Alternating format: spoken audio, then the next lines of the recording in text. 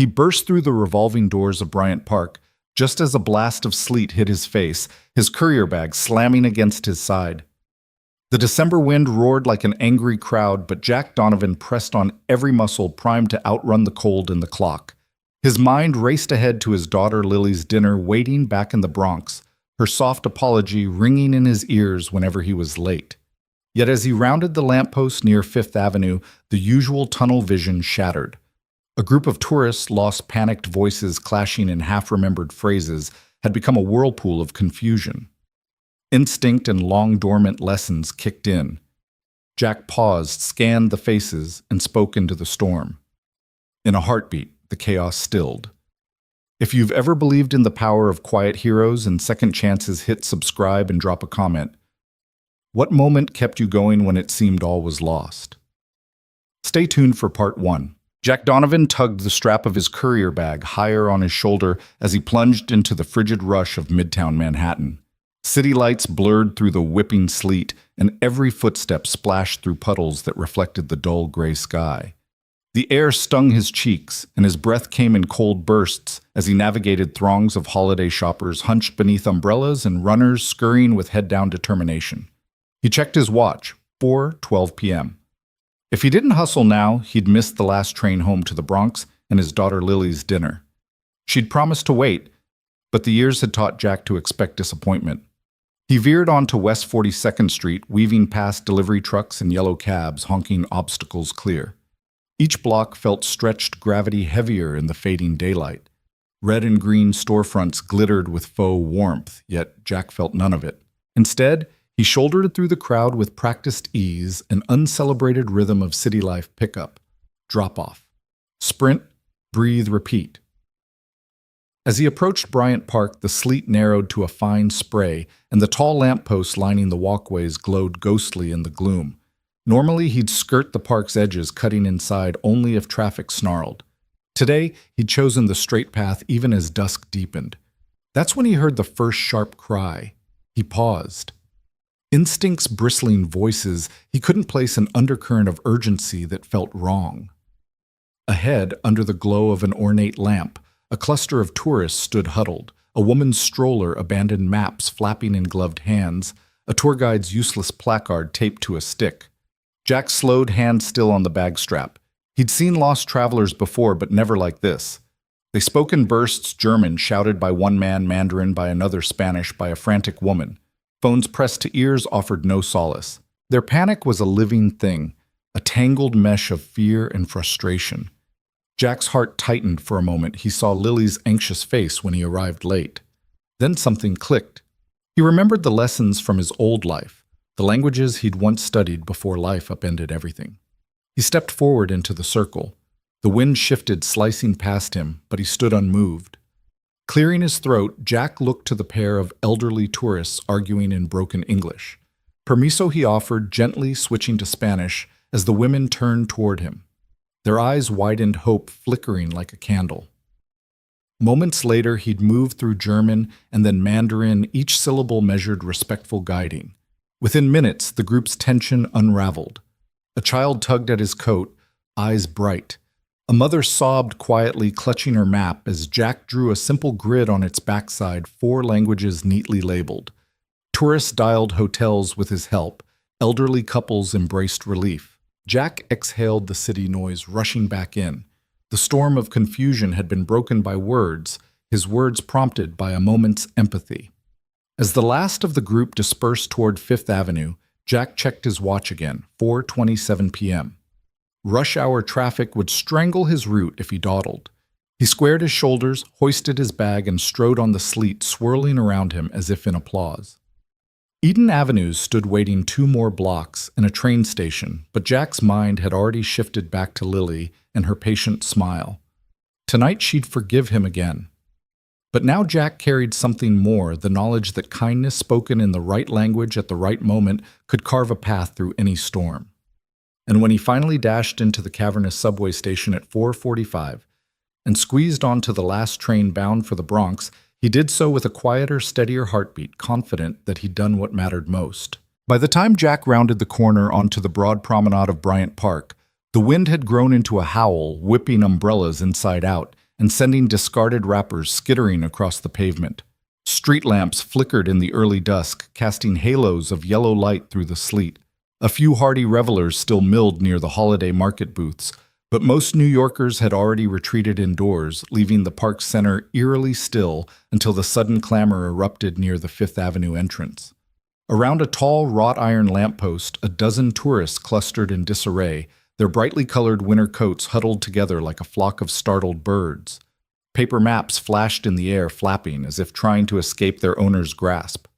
Smartphones hovered at arm's length, screens glowing with indecipherable directions. A young guide in a sky blue jacket stood at the center, his placard swinging uselessly at his side, NYC Walking Tour. Multilingual available, but his eyes were wide with panic, his breath fogging in the cold as he attempted to calm the growing uproar. Entschuldigung. Können Sie mir helfen? Called an elderly man in a thick German accent, his gloved hands trembling as he pointed down the avenue.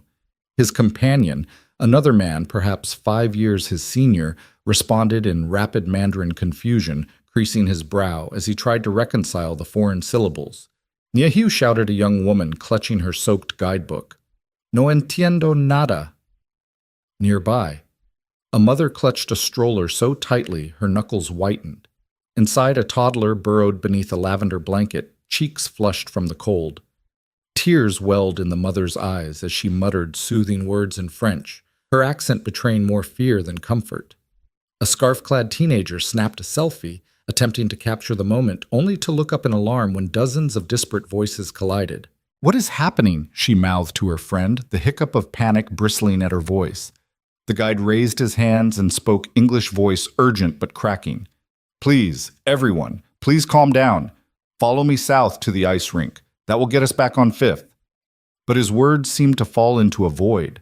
Some tourists clapped their hands over their ears. Others shouted back in Japanese or Portuguese, each newcomer adding to the cacophony.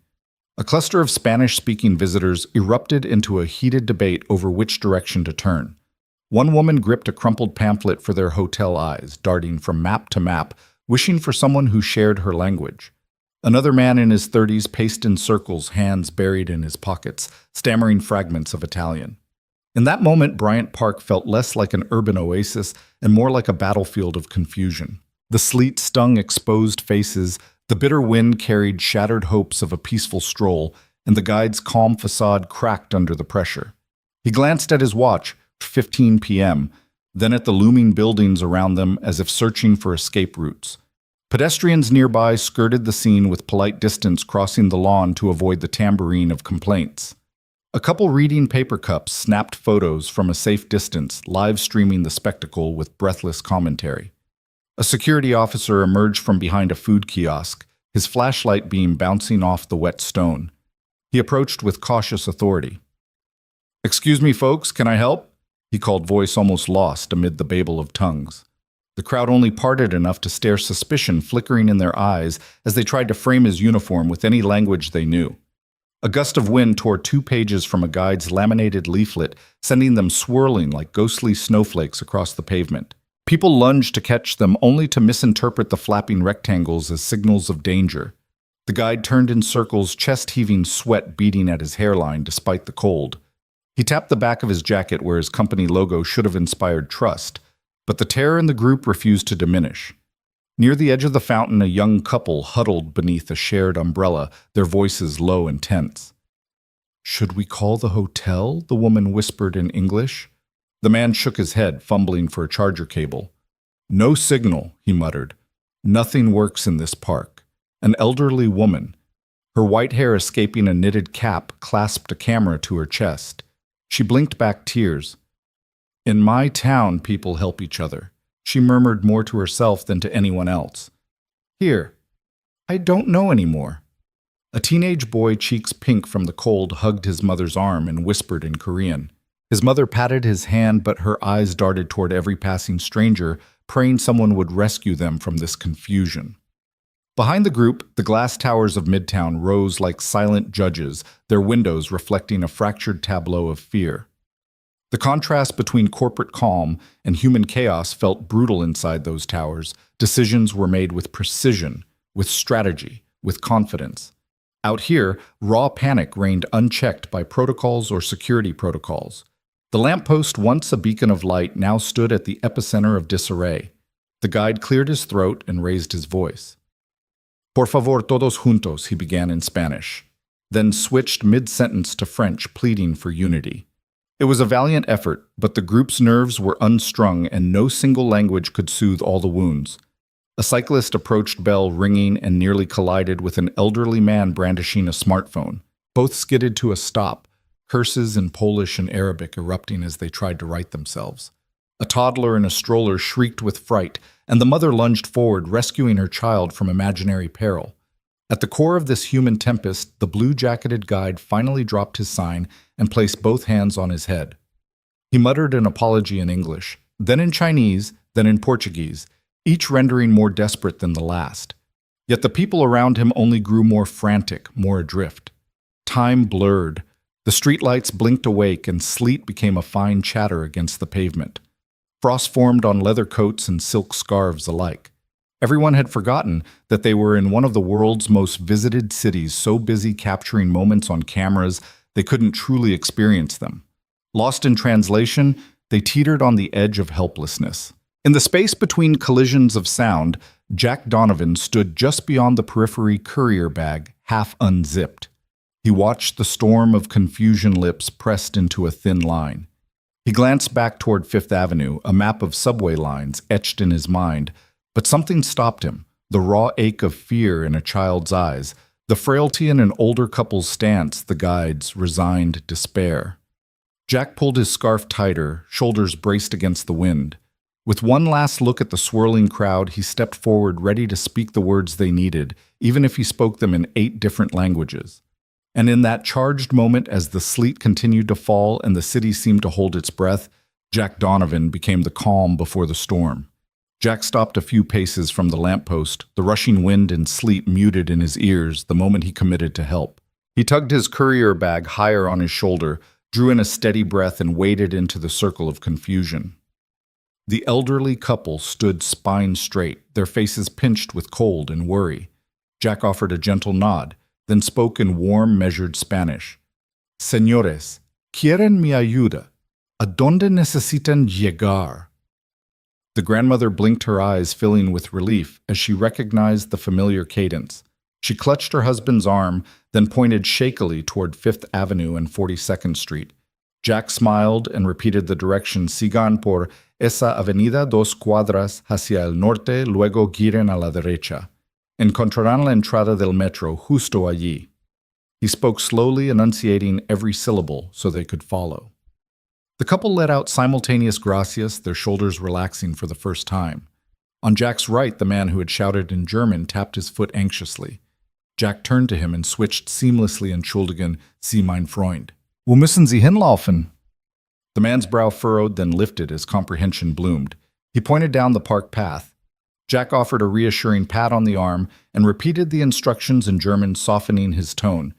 Gehen Sie geradeaus, 2 Blöcke weiter, dann links. Die U-Bahn-Station ist gut ausgeschildert. The man exhaled audibly, then offered Jack a shaky thumbs up before heading off in the correct direction. A young tourist in a wool hat, overhearing Jack's German, leaned forward and asked a question in Mandarin. Jack pivoted again.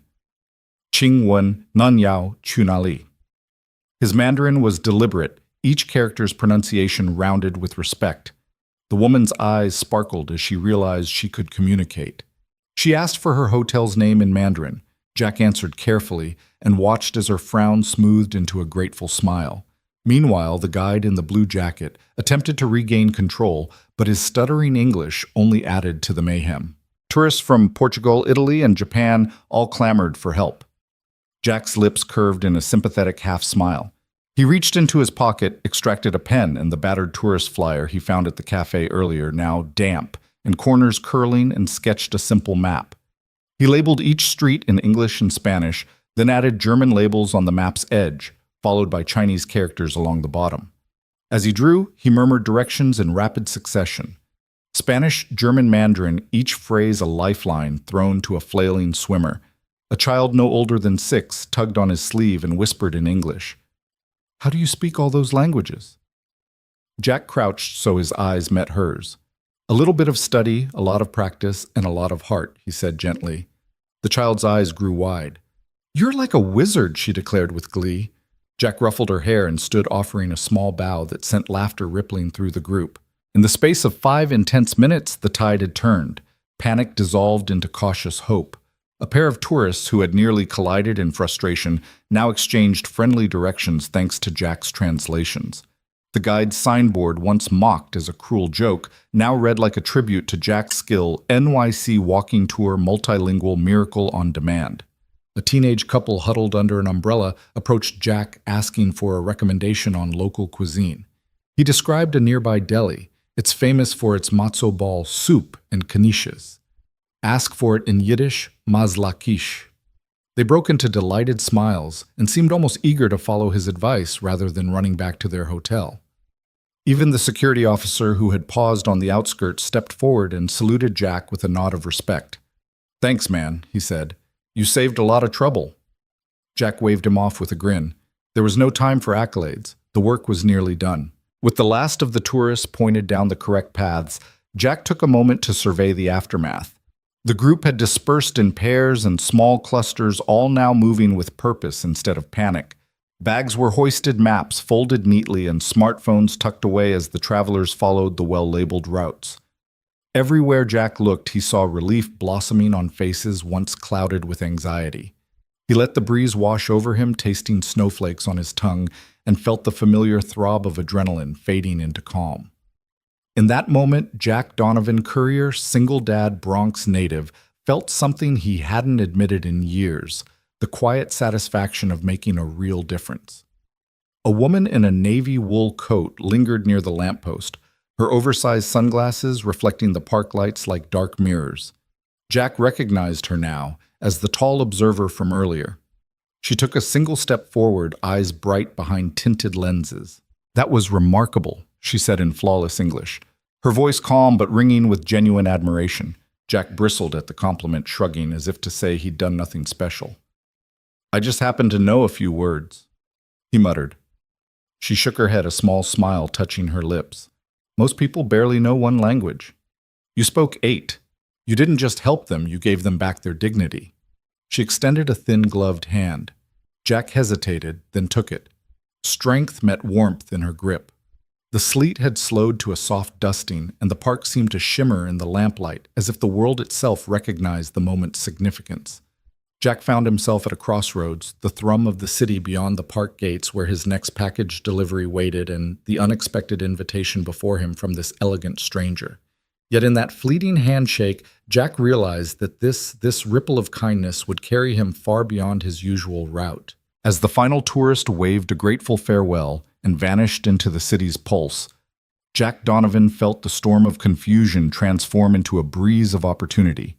No wizard's hat or magic wand, just words spoken when they were needed most. And as the woman watched him unseen by most but seen in that moment, Jack understood that sometimes the greatest miracles happen when we simply step forward and speak. Samantha Blake remained perfectly still at the edge of the park walkway, her posture the very definition of composed authority. The hem of her navy wool coat, tailored to skim her calves, swished against the slush as she shifted her weight from one stiletto heel to the other. Through oversized sunglasses, she watched Jack Donovan move among the disoriented tourists, his every gesture measured, unhurried. He spoke languages like turning a key in a lock: Spanish, German, Mandarin, freeing the trapped voices of men and women who had thought themselves forever stranded. She inhaled deeply, the crisp air filling her lungs with the raw electricity of Manhattan in winter. Around her, Bryant Park's festival lights glowed through the haze, a promise of holiday cheer. Beneath her feet, the cobblestones were slick with sleet that had turned to ice. She had come here on a whim, escaping the suffocating calm of her high-rise office, where numbers ruled and human nuance was often an afterthought. But what she had witnessed tonight felt more strategic than any boardroom play, the way Jack glanced toward the elderly couple to gauge their understanding, the gentleness in his voice when translating for the flustered guide, the surprising ease with which he bridged cultural chasms. She adjusted the bag slung over her shoulder, grateful for its warmth. Beneath her coat, she wore a cashmere sweater and tailored trousers, clothes chosen carefully. No lipstick smudges, no hair out of place. As CEO of Morrow Global Technologies, she spent her days choreographing mergers, realigning brand identities, negotiating billions in investment capital. She stood on the shoulders of diplomats and financiers, an heir to ambition as much as to legacy. Her father had taught her that efficiency was the highest form of power. Yet here in this collision of languages and raw human need, she felt the limits of strategy crack open. Her assistant's voice buzzed in her earpiece. "Ma'am, the board is asking for your presence on the conference call in 10 minutes. They need updates on the Southeast Asia merger." Samantha pressed a finger to the earpiece, forcing herself to breathe through the sudden tension. "Tell them I'll join in a moment," she said, voice controlled but soft enough not to startle Jack from his task. The assistant hesitated, then fell silent. Samantha closed her eyes briefly, letting the park's hush settle around her before reopening them. Jack released the last of the tourists with a final nod, then paused at the edge of the clearing, hands tucked into his coat pockets. He surveyed the park as though waiting for someone or something to acknowledge his work. Samantha saw the tension in his shoulders ease the same way her own had during her first billion-dollar deal when the ink finally dried on the dotted line, a heady mix of exhaustion and triumph. She stepped forward, her coat swishing softly, and the click of her heels underscored each footfall like a metronome. She waited until Jack's gaze lifted to meet hers, then offered a smile so slight most would have missed it. Jack froze, then blinked and gave a polite nod. The tourists now dispersed, faded into the park's perimeter. A security guard approached Jack with a puzzled expression, but Jack waved him off, following Samantha's gaze instead of retreating. Unaccustomed, though she was to commanding attention outside of her corporate sphere, Samantha realized how easily he deferred to her presence, an instinct cultivated in high-stakes environments where recognizing authority, spoken or unspoken, could mean the difference between success and failure. "Remarkable," she said, her voice low, yet carrying easily across the short distance. Jack's jaw tightened slightly, humility flashing in his eyes. "I just spoke the words they needed," he replied. His tone was modest, almost apologetic. Another contrast to the bluster of boardroom bravado she knew so well. She studied him, the cropped haircut that spoke of no-nonsense practicality, the creases at his eyes that hinted at laughter lines rather than lines of command. His delivery bag hung at an angle across his torso, the logo faded from months of wear. She wondered how many packages he'd carried that day, how many steps he'd taken, how many small moments he'd traded for the larger ones she orchestrated by phone and email. He was a man rooted in action, not strategy, in service, not status. She reached up and removed her sunglasses, tucking them into the lapel of her coat. The gathering dusk sharpened the angles of her face, high cheekbones, a strong jaw, eyes the color of rain-soaked slate. She watched Jack press a business card into his coat pocket, then turned to leave, slipping back into the city's pulse without a backward glance. Samantha realized that she'd understood nothing of efficiency until she'd seen simple kindness ripple through that crowd. Tonight, Jack had turned confusion into clarity faster than any algorithm or business process she'd ever devised. A sudden crackle in her earpiece jolted her back to her executive life. "Ma'am, they're waiting." She pressed a finger to her lips as an apology, then straightened her shoulders. Jack paused mid-step and looked back, eyebrows raised in quiet question. She offered him a polite nod, an unspoken promise that their paths would cross again, and then released a breath she hadn't realized she was holding. "Thank you," she said. Her voice held a sincerity that surprised her. Jack inclined his head. "Just doing what I can," he said, words that echoed more than strategy ever could. Samantha watched him disappear into the swirling sleet and the blur of holiday lights, feeling the tingle of something she rarely named humility. In boardrooms, you measured success in profit margins and market share. Real change, she now understood, thrived in simple human moments. With one last glance at the spot where Jack had stood, Samantha turned and stepped onto Fifth Avenue. The wind tugged her coat and tousled her hair as she hailed a black sedan waiting at the curb. The driver opened her door with seamless deference. Samantha slid inside the leather seat, cool against her coat. As the car pulled away, she pressed her palm to the glass eyes, following Jack's path until he slipped from view. In that silence between engine and exhaust, she felt a new strategy forming, a plan not built on spreadsheets, but on human connection. She tapped her tablet as the city lights blurred past. Already she drafted a note: find Jack Donovan, learn his background, speak to him about Translation Summit. It was a departure from her usual to-do lists. Tonight, the metrics she'd chase would be measured in lives touched, not dollars gained. Behind her, Bryant Park's lampposts flickered off one by one, leaving only the hum of distant traffic. Samantha closed her eyes, leaning back against the seat. The board's demands, the mergers the investor calls, all waited in the building she'd soon return to. But for a few precious moments in the hush after the storm of confusion, she allowed herself to hope for something more leadership infused with compassion, strategy guided by empathy, and the possibility that her own world, long ruled by deals and deadlines, might expand in ways she hadn't dared imagine. And in that soft exhale, Samantha Blake realized she would never command a room the same way again. Samantha Blake slipped out of her heels in the silent refuge of her Manhattan penthouse. The marble floors were cool beneath her wool-slippered feet. The city below pulsed with lights and distant sirens, but inside her high-ceilinged living room, a single monitor glowed against the shadowy walls. She crossed to the sleek glass desk where her assistant's tablet lay, blinking with notifications. Samantha drew a hand through her hair, loosening the immaculate chignon she'd worn all day. Tonight, she removed every professional veneer she could. She tapped the play icon on the security footage reel. The grainy video leapt to life, looping the moment she'd first spotted Jack Donovan among the tourists in Bryant Park. Over and over, she watched the delivery driver's head tilt the way his hand sketched that rough map on a damp paper flyer. Most striking of all was the patch of color on his courier bag, a child's rocket, hand-drawn and taped askew. Each replay revealed another subtle detail, the gentle arc of his smile as the small girl called him wizard, the way he bowed his head in quiet deference when the panicked couple offered thanks. Samantha pressed pause and leaned forward, fingers brushing the screen. Her reflection shimmered in the glass-sharp shoulders, a diamond pin at her lapel. The exacting precision of her tailor-made jacket. She smoothed the invisible crease between her brows. She had tracked boardroom betrayals, unmasked financial leaks, and negotiated millions in hostile takeovers. Yet here in the simplicity of human kindness, she felt strangely unmoored. Late-night rain tapped against the floor-to-ceiling windows, and the friendlier glow of holiday lights drifted in from the street below. Samantha stood and walked to the adjacent alcove where a wall-mounted console displayed floor plans, security logs, and personnel directories for Morrow Global Technologies. The building's HR database pulsed with every employee's record hire date department review scores. None of it helped her understand Jack Donovan. He wasn't on the payroll.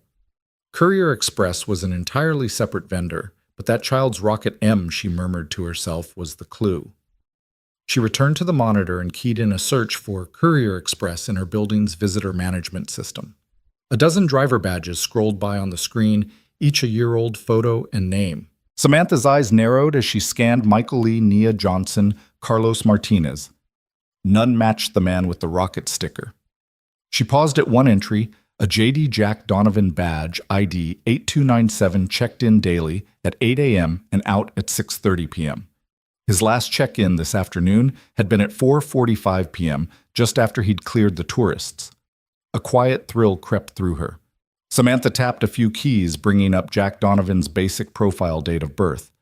Hire date with Courier Express home branch in the Bronx. Curiously, there was a single note attached to his file family sticker on bag rocket.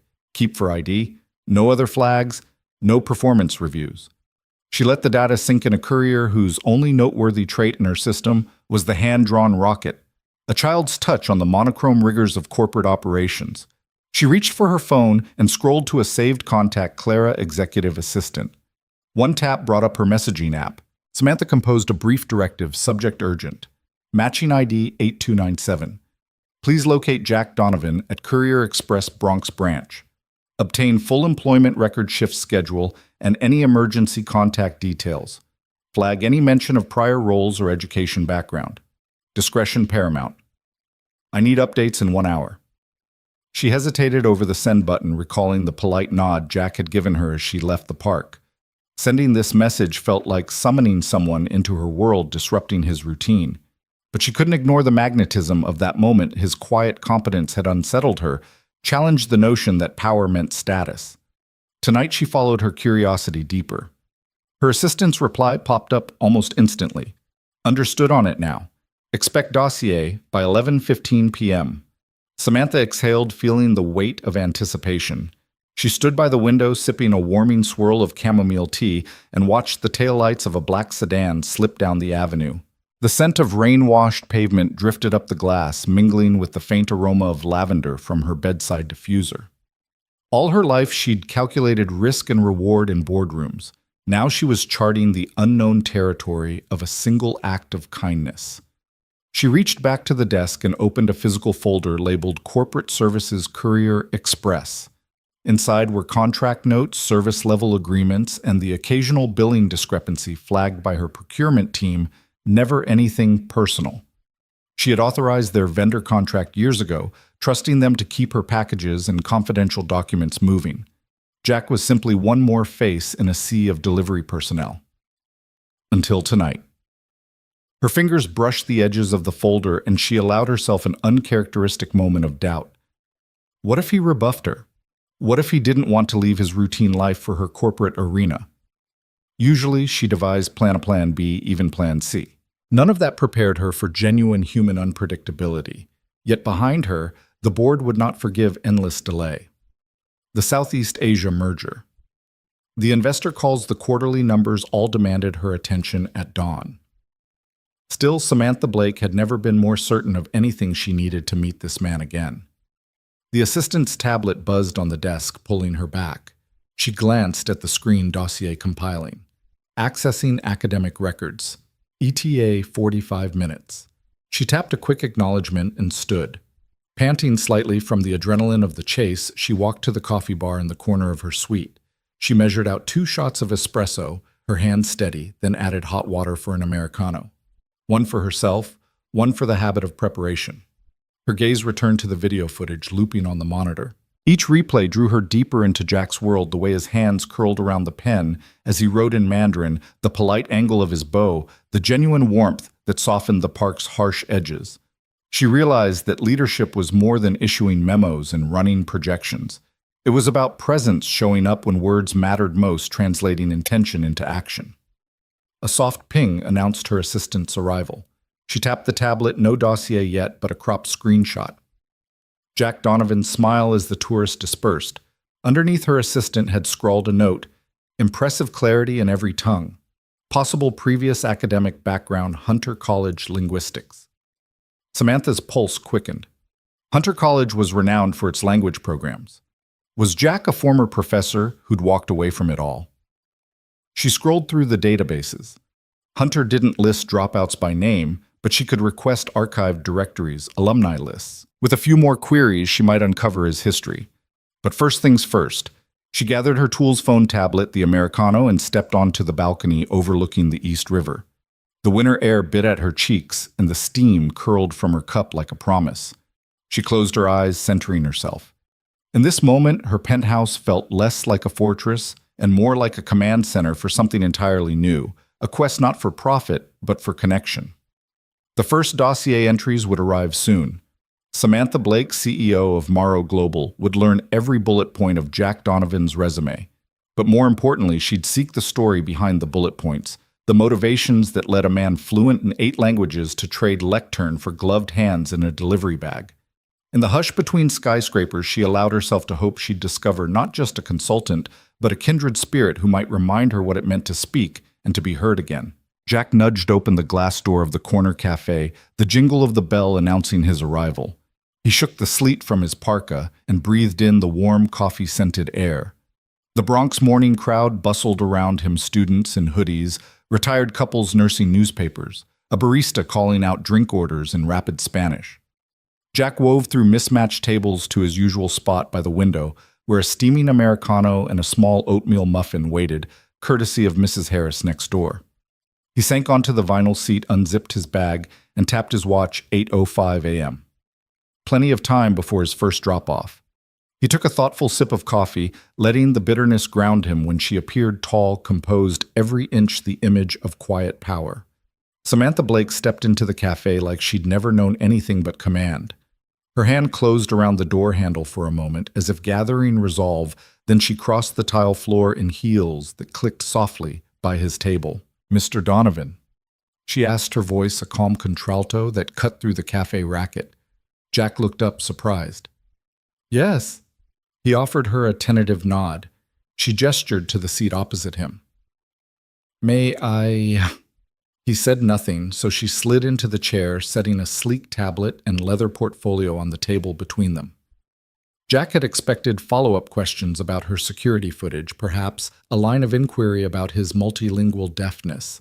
But Samantha didn't unfold a recorder or begin with credentials. Instead, she looked him in the eye, no sunglasses. Her hair pinched back in a loose chignon, and smiled with an openness that unsettled him. "I appreciate you meeting me," she began, unwrapping a latte and placing it in front of Jack with a warm smile. "This place makes the best coffee north of 149th Street. Jack blinked. "It's Mrs. Harris's doing." He sipped, then offered the latte to her. She declined, her eyes never leaving his. "Thank you," she said, voice steady. He cleared his throat. "To what do I owe the pleasure, Miss—" He paused for her name. "Blake," she supplied. "Samantha Blake." Jack nodded, shifting slightly. "You watched me help those tourists. I'm glad it was helpful." He tucked a loose curl behind his ear. Samantha lifted her tablet and tapped a few keys, turning the screen toward him. There, in crisp bullet points, was a summary of that afternoon's incident. Languages spoken, timestamps, on-the-spot map sketches, and the child's rocket sticker identified. "I tracked down your schedule," she said. "I saw you don't just deliver packages, you rescue strangers." She paused as Jack's eyebrows rose. "I have a summit next month, Global Partnerships Cross-Cultural Engagement. We need someone who doesn't just translate words, but translates intention. I'd like you to consult." The words hung between them like a question mark waiting for conviction. Jack set down his coffee cup and eyed her. "Consult how?" he asked. His voice was cautious, layered over a lifetime of second-guessing offers that sounded too good to be true. Samantha leaned forward, hands clasped. "On stage, backstage, wherever interpretation matters, simultaneous translation crisis communications will pay you, and I'd like you to help train our internal teams afterward. It's a short-term gig a week, but it could turn into more." Jack glanced at the cardstock flyer Mrs. Harris had tucked into his bag that morning, Landmark Center, 3rd Avenue Summit. His chest tightened. "I have shifts," he said softly. "And Lily, my daughter needs me. School drop-offs, doctor's appointments." He trailed off, unsure how to explain that nights and weekend shifts paid the rent and kept her therapy appointments covered. Samantha's eyes softened. "I know enough about single parents to understand your priorities." She tapped the tablet again. "We can work around your schedule. Start every morning after your drop-off, finish before pickup. Walk-in sessions, remote follow-ups. No public announcement unless you want one." Her voice brimmed with an unexpected respect that made Jack sit up straighter. He took a deep breath and leaned back. Around them, the cafe's low chatter continued, friends laughing over mugs, baristas calling out names, the whir of the espresso machine. Jack traced the rim of his latte with a fingertip. "Why me?" he asked. "Why not bring in a professional conference interpreter?" He searched her face for any hint of strategy or pity. Samantha's smile deepened. "Because you don't just interpret language," she said. "You interpret people. The way you paused to read the emotions of that elderly couple, the way you bowed to speak to a Mandarin speaker as an equal, it wasn't show. It was genuine. I've seen board presentations and investor calls. I've never been moved the way I was watching you tonight." She tapped the tablet one last time, then slid it back into her portfolio. "I want authenticity, not another polished suit reading off a script." Jack absorbed her words, the implication of trust and belief in his abilities stirring something he hadn't felt in years. He thought of Lily and how her face lit up when he got home, her wonder at his small gestures. He thought of the months worrying over bills, balancing good deeds with necessities. "I need to talk it over with Lily," he said finally. Samantha nodded. "Of course," she replied gently. "And take your time. I can have my team reach out to coordinate the details." Jack looked at her for a long moment. The dawn light filtered through rain-slicked windows fell across her features, casting her in a soft glow. He realized that his world and hers, delivery routes and boardrooms, had just been bridged by this simple invitation. "I'll let you know by tomorrow," he said, pulling a napkin from his pocket. and scrawling his number under her name. Samantha accepted the napkin and tucked it into her portfolio. She rose paid for her latte at the counter with a nod to Mrs. Harris and returned to thank Jack before heading out into the morning drizzle. He watched her go the confident stride, the trailing scent of her perfume, and for the first time that week he felt the spark of something new. Standing there surrounded by the steady bustle of life, continuing as it always did, Jack. Donovan sensed that this modest Bronx cafe had become the starting point for a remarkable second chance, and as he sipped the last of his coffee, he realized he was leaning into a possibility far greater than he could have imagined.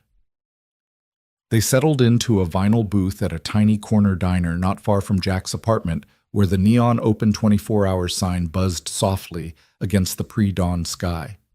Samantha slid into the seat opposite Jack, who had already flagged down the waitress. Moments later, 2 warm bowls of mac and cheese arrived, the cheese, molten and golden, and 2 frosty bottles of ginger ale. He dug in first, the pasta soft against the crisp bacon bits sprinkled on top. While Samantha watched him with a thoughtful tilt of her head, Jack leaned back with his fork halfway to his mouth. "It's been a while since I had decent mac and cheese," he admitted, scooping a cheesy ribbon. Samantha took a sip of her ginger ale, sharp, sweet, and fizzy, and nodded. "Simple, but perfect," she said. He glanced at her over the rim of his fork. "So why are you here, Sammy?" "Or did I get that wrong?" he asked, eyes curious. He had called her Samantha once.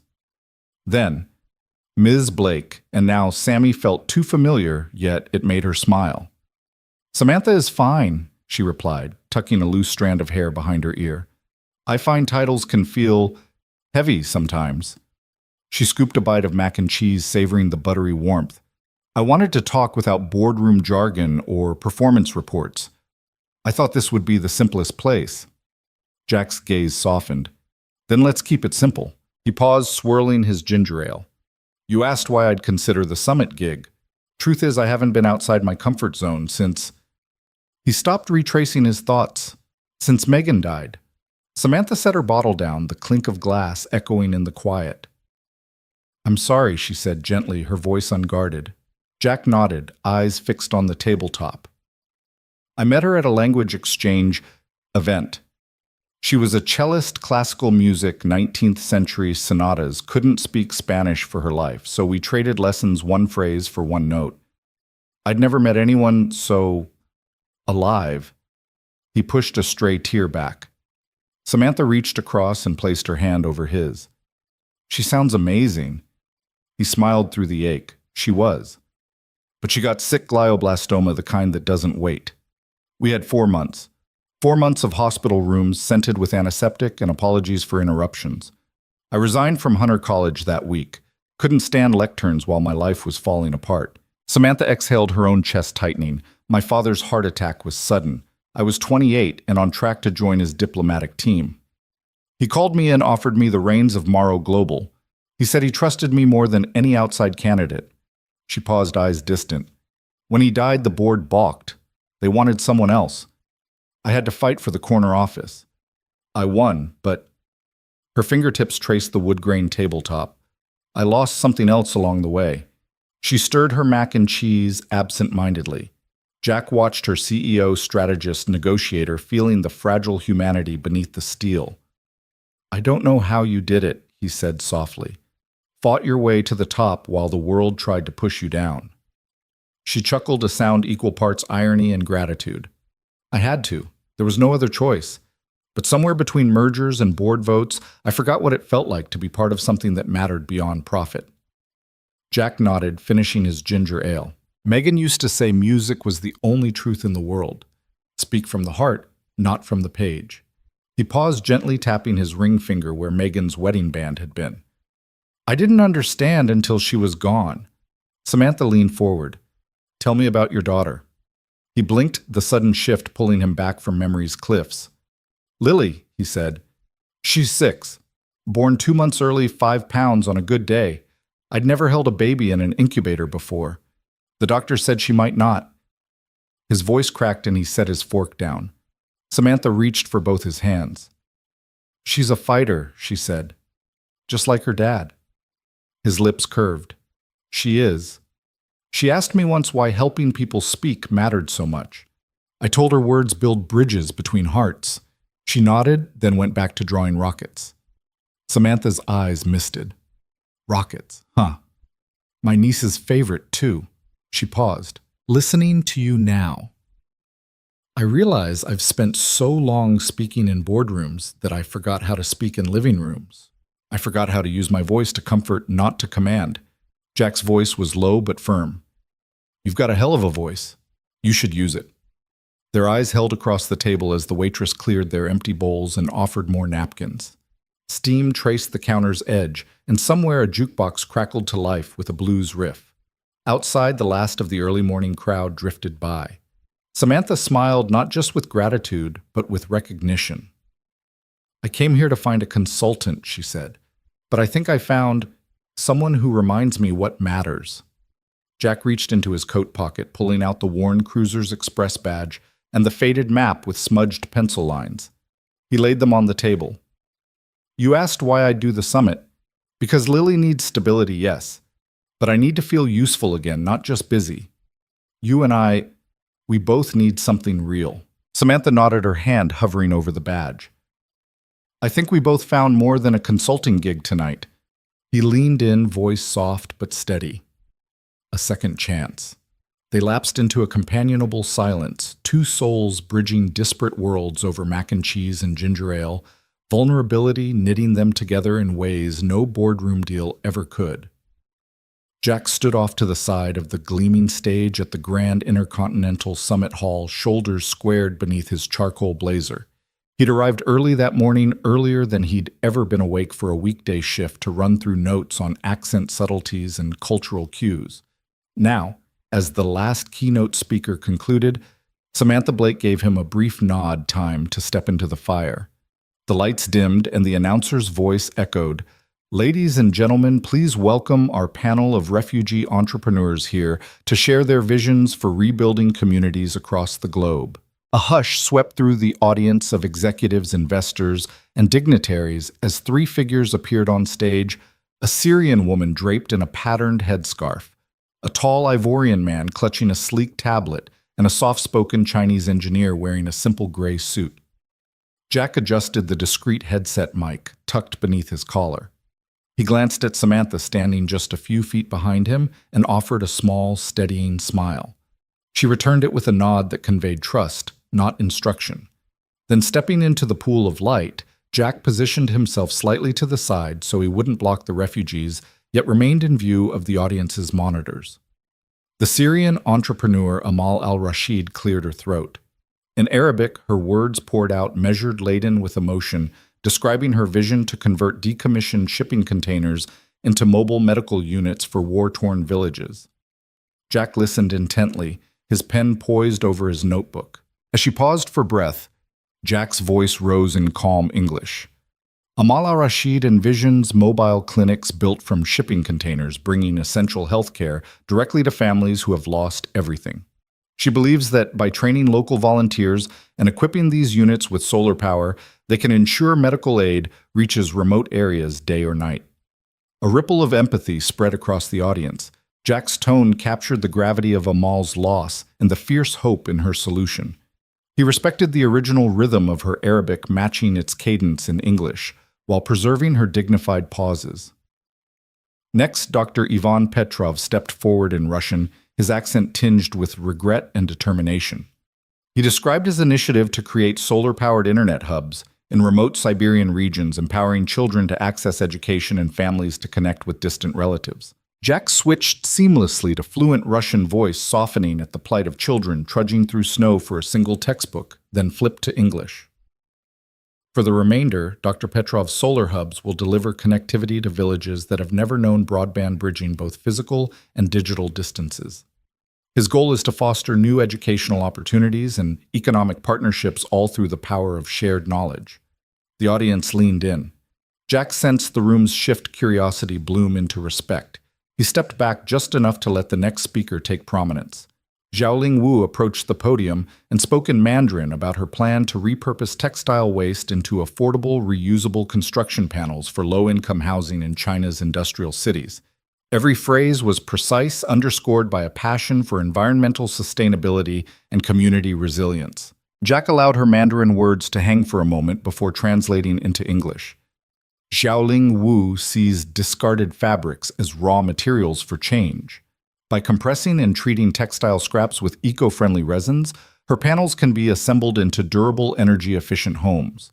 This not only reduces landfill waste, but also provides dignified shelter for factory workers and their families. He paused, letting the significant sink-in waste to home fabric to future. The audience absorbed the triad of stories united by Jack's empathetic relay. As the three entrepreneurs stepped aside, the room remained silent, the only sound the soft hum of projectors and the distant clink of glasses from the side tables. Jack felt his heart pound, not from fear but from the weight of responsibility transforming silent foreign words into resonant English truths.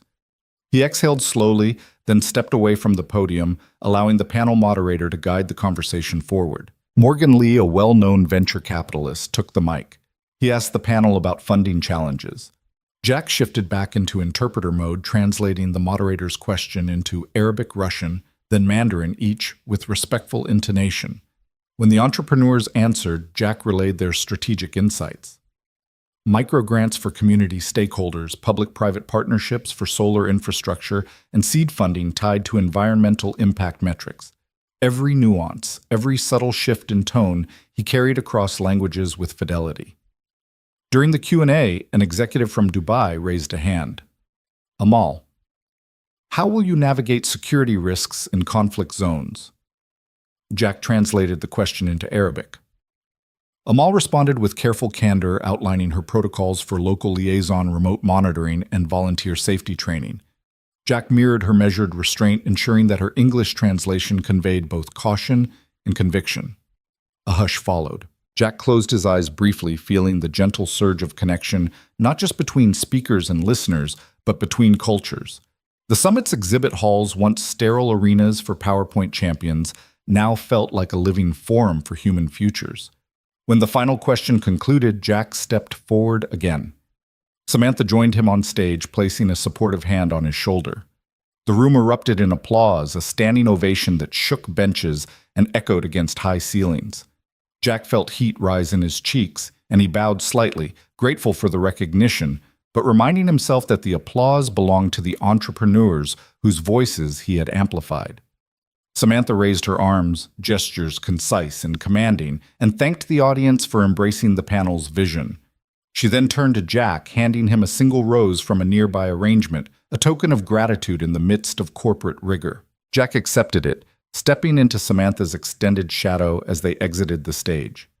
Backstage, as the applause faded, Jack's legs trembled slightly. He pressed a hand to his chest where the necklace his wife had given him once nestled against his heart. Samantha appeared at his side, her expression a mixture of pride and relief. "You were phenomenal," she said quietly, voice unguarded. "You made every word matter." Jack simply nodded, still absorbing the magnitude of what had just transpired. The summit had been his trial by fire, and his fire had forged bridges tonight. They walked through the labyrinth of black curtains and equipment cases, the chatter of technicians and assistants filling the air. Jack paused by a folding chair and sat wiping sweat from his brow. Nearby volunteers distributed bottled water and congratulated the panelists. Jack found himself smiling not from triumph, but from the raw human energy that pulsed through the building. Samantha stood beside him, hands in her coat pockets. "This changes everything," she said. "I've never seen our investors so energized. People aren't just talking about ROI, they're talking about impact." She glanced at him, eyes alight. "And it's all because you chose to speak their language." "Thank you." Jack lifted the rose to his nose, inhaling its subtle fragrance. "Thank you for giving me the chance," he replied softly. Samantha reached out and folded the bloom into her coat lapel, as if claiming it for both of them. "Let's go celebrate," she suggested, extending her hand.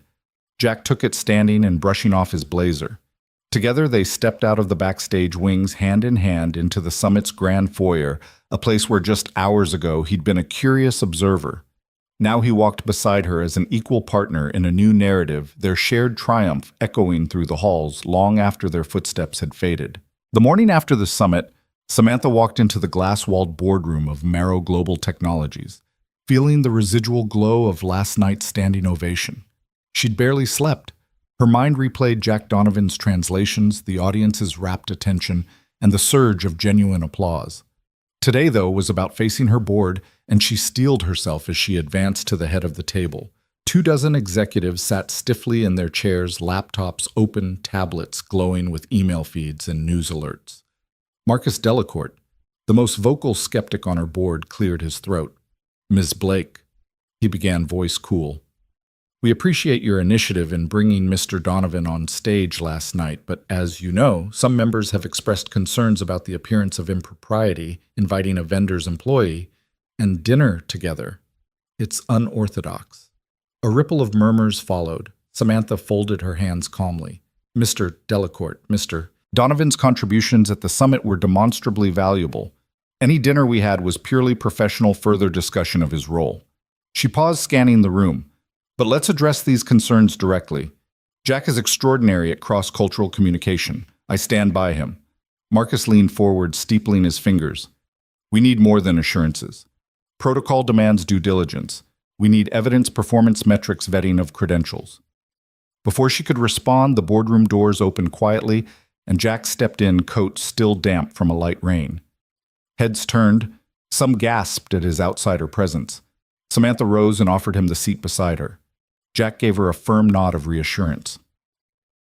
"Board member," Samantha said, motioning toward Jack, "Mr. Donovan has offered to provide clarity on any questions you have." A few executives exchanged uneasy glances. Marcus raised an eyebrow. "You're certain this is appropriate?" "I am," Samantha replied. "Jack, the floor is yours." Jack slid into the seat Samantha had vacated, his posture relaxed but attentive. He cleared his throat gently. "Thank you. I understand there are questions about how I came to be here. I'd like to speak to the source of the recent memo leak first." He reached into his briefcase and extracted a slim USB drive. "I've worked with our IT security team to trace the breach and document circulation. The memo criticizing Summit vendor selection was altered after it left Morrow Global's central server. The secure logs point to a single terminal badge ID 1023 assigned to Marcus Delacourt." He paused, letting the weight of his words settle. "The logs show that memo was uploaded under your credentials, then touched the restricted folder." Marcus's face paled. He closed his laptop. "That's impossible." Jack continued calmly. "The metadata confirms the timestamp. 9:14 p.m. 2 days ago during the board's last meeting. I have printouts of the logs here." He slid a folder across the table. "This isn't about me or Ms. Blake. It's about maintaining the integrity of our process." A tense silence followed. Samantha pressed a discreet button on her tablet behind the tinted glass. 2 security officers appeared at the door. Marcus stood abruptly, chair screeching, but sank back at the officer's presence. Guests turned to their screens, checking the logs Jack had supplied. One by one, heads nodded as the damning evidence became irrefutable. An older member, Kenji Watanabe, spoke with gentle authority. "I never expected Marcus to resort to sabotage. This is a breach of trust." He looked to the rest of the table. "I move we set aside any objections to Mr. Donovan's position and proceed with his appointment as head of global communications." His vote was met with hesitant agreement clicks of accept confirmations on tablets, hands raised in digital poll. Marcus, chest heaving, tried to speak but sputtered. Samantha leaned in, voice steady. "Thank you, Kenji. The board's decision is clear." She turned to Jack. "Do you accept the board's reaffirmation?" Jack nodded. "With gratitude, and I look forward to earning your trust through my work." He folded the folder and placed it in his briefcase. As the meeting adjourned, executives filed past Jack and Samantha, offering quiet apologies and nods of respect. Marcus lingered at the door, face drawn, but he said nothing. Outside, the rain had ceased and the city skyline hung bright against a gray sky. Samantha and Jack emerged into the corridor. She turned to him, relief softening her gaze. "I couldn't have asked for a stronger defense." Jack gave a modest shrug. "We did the right thing. Integrity matters." He slipped his briefcase strap over his shoulder. "And now we move forward." Samantha gave his hand a brief squeeze. "Forward," she agreed. Together they walked down the hallway toward her office, 2 people from different worlds united by trust, vindicated in the most public of arenas. Early spring found Samantha and Jack standing before a red brick building on East 147th Street, the old McKinley Branch Library, long shuttered and shuttered too quietly among neighborhood bustle. Weeds poked through cracked stone steps, and the wood-framed windows were streaked with grime and faded city posters. Yet as they pushed open the heavy oak door, a world of possibility spilled out before them. Dust motes danced in the shafts of morning light that filtered through broken panes, landing on rows of empty shelves that once held stories now waiting to be reborn. Jack inhaled the musty air. "This place has character," he said, surprised at how his voice carried in the cavernous space. Samantha nodded, eyes bright. "And it's ours to fill with new stories." They had come together to launch the Center of Voices, a hub where children, immigrants, refugees, seniors, and lifelong residents could gather, learn, and teach one another in every tongue imaginable. Their first act was to clear the main hall. Jack, armed with work gloves, and a rented broom swept decades of dust and debris into neat piles, while Samantha directed a parade of volunteers hauling out broken chairs and torn-up carpet. A local carpenter measured the old oak bookshelves and promised to refurbish them. A painter from the neighborhood pledged to cover the mottled walls in bright murals. Graffiti that once spoke of neglect, no books, here scrawled in midnight black, would soon be painted over with proverbs in Spanish, Mandarin, Arabic, French, and more. La palabra es puente. Words are bridges. Yanwei Xinsheng, words are the voice of the heart. El kalima sot, the word is voice. Within days, the main reading room transformed. A mural of hands holding open a kaleidoscope of books spanned one wall. Opposite it, a mosaic of global scripts formed an archway like a welcoming rainbow. Jack and Samantha placed sturdy new tables beneath string lights, and volunteers arranged mismatched chairs, some donated by the local high school, others rescued from construction sites into conversation circles. At the center, they installed a circular rug stitched by community seamstresses, each square embroidered with a phrase in a different language. The first day of programming arrived with a gentle buzz of anticipation. Samantha unlocked the front door at 9 o'clock, and families stepped inside, blinking at the bright space. A Syrian mother cradled her toddler, whispering Arabic lullabies that echoed off the fresh paint.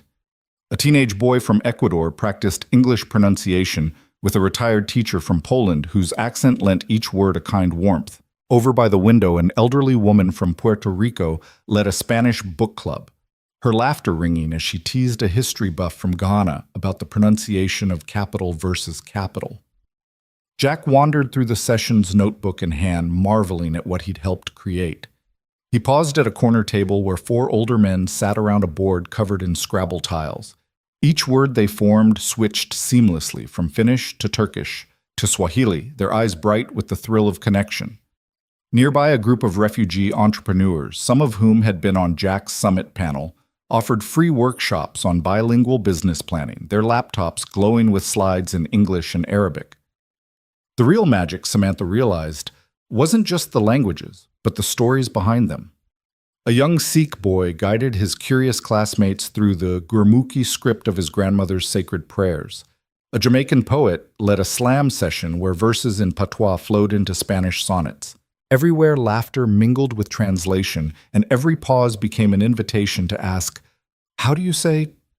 During the lunch hour, Samantha and Jack shared a simple meal of arepas and samosas provided by local food vendors. They ate on the refurbished reading room steps, their cheeks flushed from excitement. "I didn't know this place could feel so alive," Samantha said, eyes shining. Jack nodded, finishing his arepa. "It's like the building was waiting for us." At 2 o'clock, the official ribbon-cutting ceremony began. Community leaders, council members, and even a few former library patrons gathered at the entrance. Samantha gave a short speech, voice steady, yet brimming with emotion. The Center of Voices isn't just about language. It's about listening and understanding. Here, every word matters, every voice counts. She handed the oversized scissors to Jack, who hesitated only a moment before snipping the burgundy ribbon. Applause erupted, echoing down the reopened corridors. The celebration spilled back inside.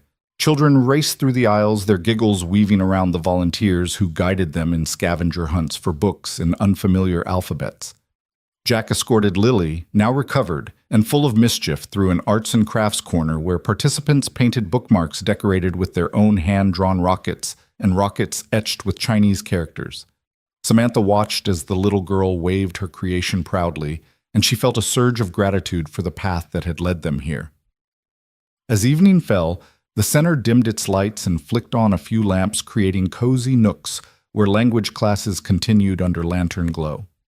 Jack and Samantha lingered by the door, watching families depart with tote bags brimming with novels, word charts, and fresh hope.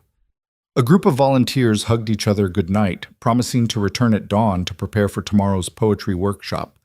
Jack turned to Samantha, a soft smile on his face. "We did it," he murmured.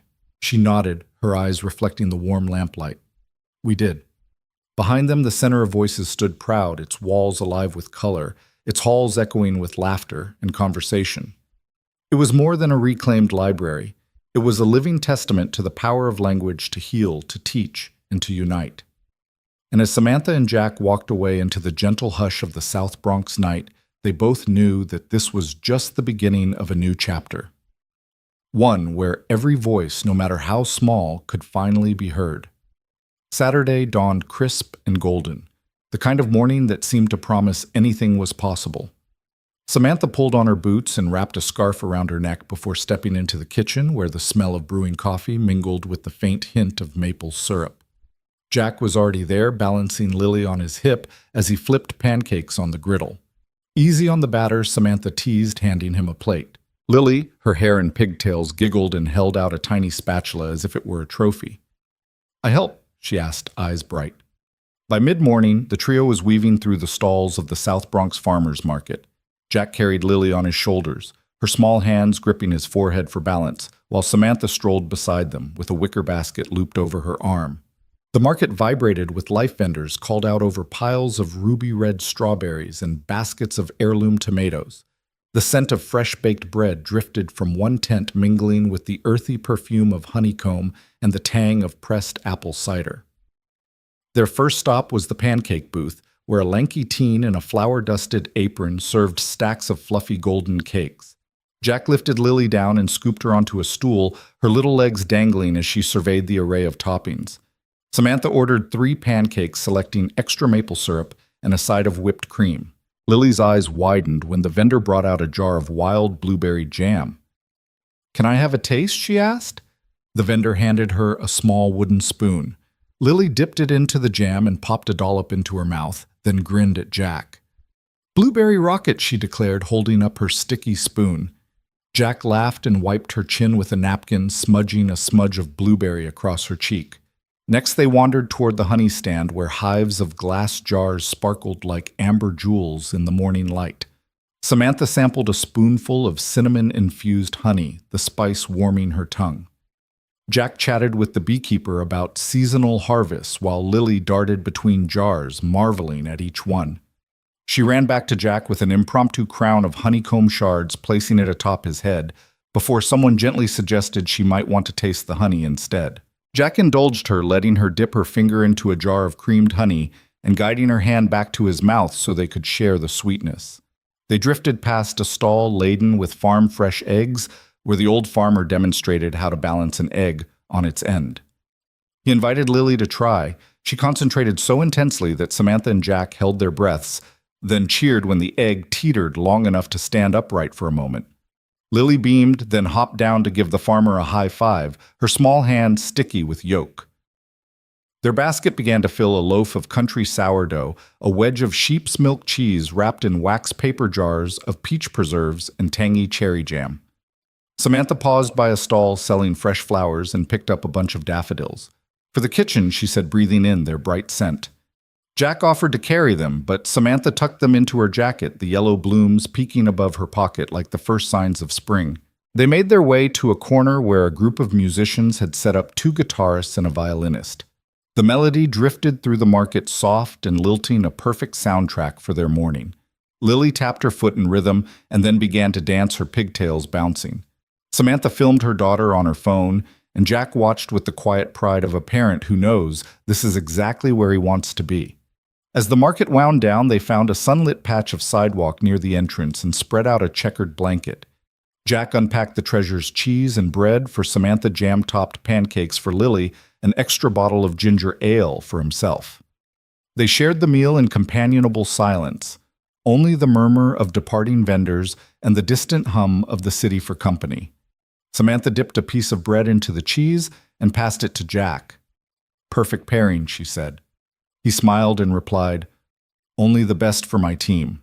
Lily, her face animated with that sticky-cheeked innocence only a child can carry, offered each of them a taste of her peach-preserved pink rocket jam, she called it.